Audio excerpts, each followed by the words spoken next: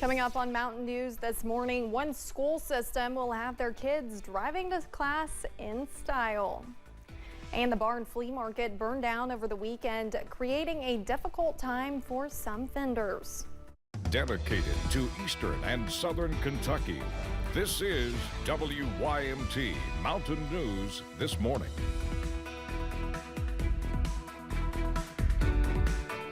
Good morning, I'm Olivia Calfee. The time is 6:31 on August 8th. Now let's check in with Chief Forecaster Brandon Robinson for a look at your forecast this morning. And Brandon, we said this yesterday was a little bit calmer than we really were expecting. I know I saw the radar or expectations yesterday and I was a little nervous. So we are lucky for that. And going into today, it's going to be a little bit calmer and hopefully see sunshine by tonight. Exactly. So just be thankful that yesterday was not worse than it was. Exactly. So that's the thing to take away from this. Still some damage, not too widespread. A lot of trees down. So let's take a look and see what's going on right now. Thankfully, much calmer this morning. A few little spotty showers still rolling through parts of the region. So again, no major issues out there this morning. Some wet roads. Slow down as you're heading off to work. And tomorrow, you'll be heading off to school. So watch out for the school buses. Look at WYMT studios here in Hazard this morning. Overcast skies and 64. Now here's the thing. Temperatures are a touch cooler, but those dew points definitely are not. So when you walk out the door, you're going to feel it. It's going to be air you can wear this morning because dew points are in the 60s. Pretty much area-wide. Temperatures in the 60s everywhere except for Monticello at 71 this morning. Next few hours, we're going to go up to about 80, but it's going to be a muggy 80. Okay, so just be ready for that. And as Olivia alluded to, hopefully we'll see some late day sunshine as those skies slowly start to clear here in just a little bit. Olivia? Thank you, Brandon. Kentucky State Police say a husband and wife are dead in Jackson County after a reported shooting. Troopers identified the couple as 53-year-old Randy Baker and 44-year-old Tammy Baker. The couple was found dead near a home on Cave Springs Road. Police say Tammy died from a self-inflicted gunshot wound. Officers say they are not actively searching for other suspects. Firefighters with the Mount Vernon Fire Department say 11 animals died in a house fire yesterday morning. Officials say the home was on Maple Grove Road. When officials arrived, firefighters say the home was fully engulfed. 7 dogs and 4 birds died in the fire. A Laurel County man led deputies on a chase. The sheriff's office says a deputy was working a theft investigation off Dean Hundley Road when he heard a motorcycle take off. He noted it was 23-year-old Trevor Burkhart, who was wanted on several felony arrest warrants. The deputy tried to pull him over, but he kept going. He eventually crashed into a mailbox and was thrown from the motorcycle along with a passenger. He's facing a list of charges, including theft and drug possession. New state regulations could potentially close pools in the Commonwealth. The new regulations require facilities meeting a certain criteria to have lifeguards on duty. Other changes include modifying and updating equipment and increasing water quality.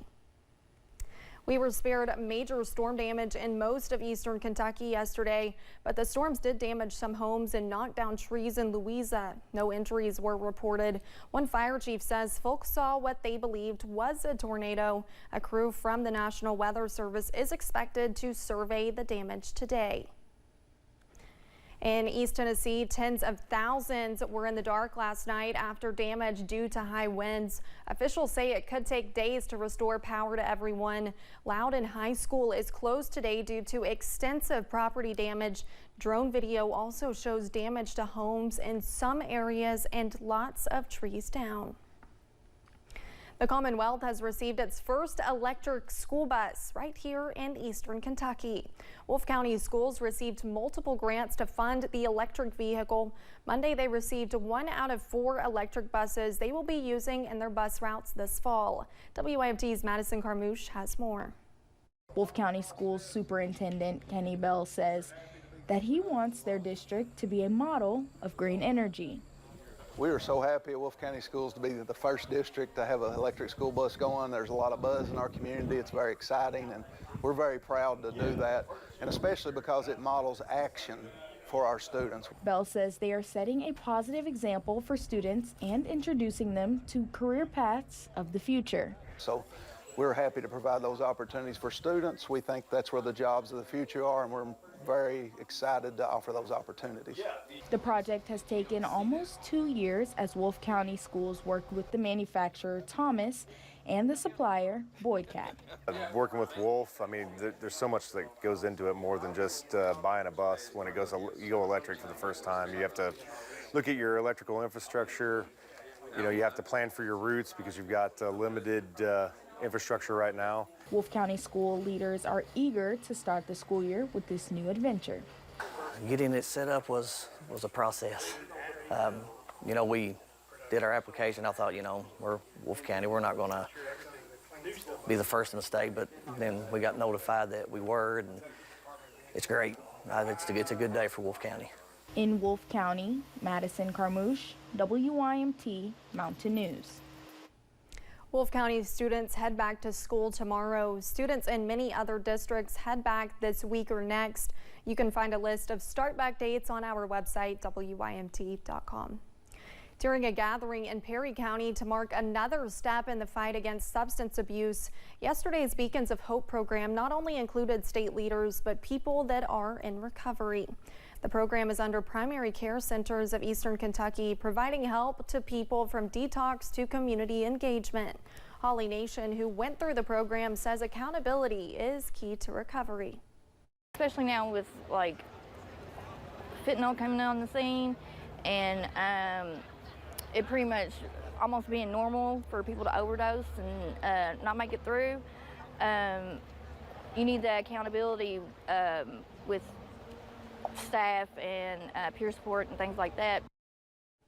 Governor Andy Beshear, Congressman Hal Rogers, and other leaders called Nation's testimony inspirational. And Governor Beshear was in Manchester yesterday afternoon. The governor, Senate President Robert Stivers, and other officials announced nearly $4 million to benefit Clay and Leslie counties. The funding supports water infrastructure, addiction recovery, economic development, tourism, accessibility for disabled Kentuckians, and nonprofits. You can find more specifics about where the money is going on our website. Several southern Kentucky businesses were impacted by a fire over the weekend. Firefighters were called to the Burnside Plaza off US 27. WYMT's Phil Pendleton spoke to the owners about the devastating loss and the difficulty to recover.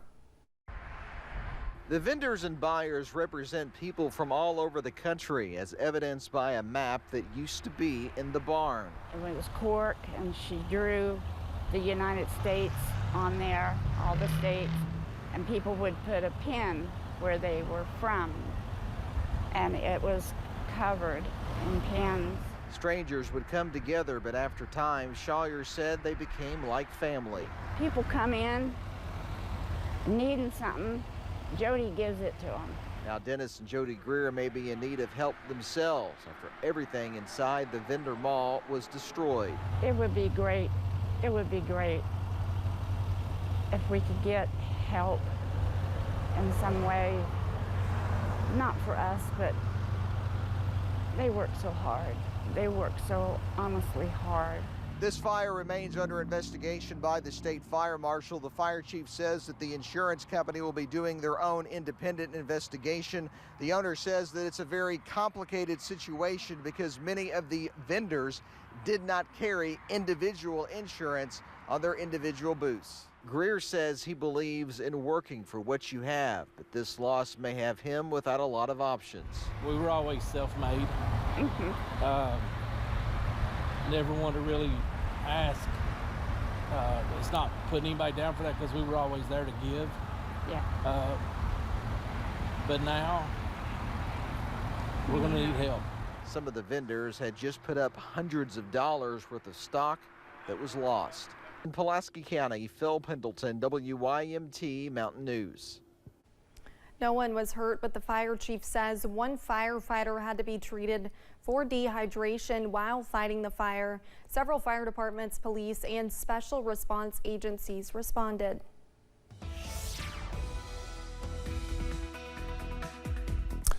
640, almost 641. We're taking a look at the London Corbin Airport, and a little bit of brief clearing trying to show up over that way already this morning. So that's a good sign. We can see some light in the sky. So hopefully that trend will continue as we head deeper to the day. Temperatures again fighting over there in Southwest Virginia, who can get the coldest. It's 61 now in Y, 62 in Clintwood, but it's not really cold out there. It's still really muggy. So when you walk out the door this morning, you're going to feel it.